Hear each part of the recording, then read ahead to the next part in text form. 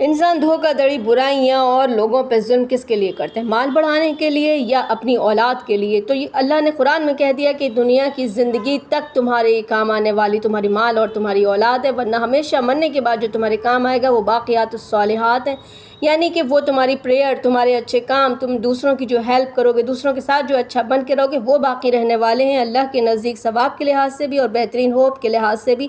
تمہارے کام، تمہاری پریئر، تمہارے اچھے اخلاق، تمہاری چیریٹی آئے گی قیامت کے دن۔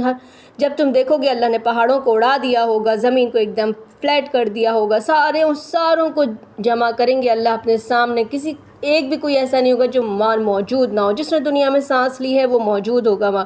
پیش کیے جائیں گے سارے انسان اللہ کے سامنے لائن سے، لقد جئتمونا، اور پھر کہا جائے گا یقیناً تم ہمارے سامنے ایسے ہی سامنے کھڑے ہو جیسے تم پہلی بار آئے تھے، یعنی دنیا میں آنے سے پہلے اللہ نے سارے انسانوں کو اپنے سامنے جیسے کھڑا کیا تھا ویسے ہی اللہ قیامت کے دن دوبارہ سب کو کھڑا کریں گے۔ انسان نے سمجھ رکھا ہے کہ اللہ ایسا نہیں کرے گا، بلکہ یہ تو اللہ کا کیا ہوا وعدہ ہے۔